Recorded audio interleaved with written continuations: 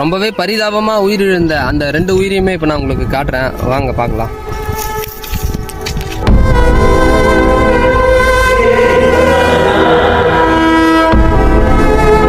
அந்த மாடு தன்னுடைய ரத்தத்தை பாலா மாற்றி, அது மட்டும் இல்லாமல் உழுவுறதுக்கு அதோடைய தோலும் கொடுத்து முழுக்க முழுக்க மனுஷங்களுக்காகவே உருவாக்கப்பட்ட ஒரு மிருகமாக நம்ம கூட இருந்தது கடைசி வரைக்கும் கட்டி காப்பாற்ற முடியலையே அப்படின்ற ஒரு வருத்தம் கடைசி வரைக்கும் எங்களுக்கு இருக்கும்.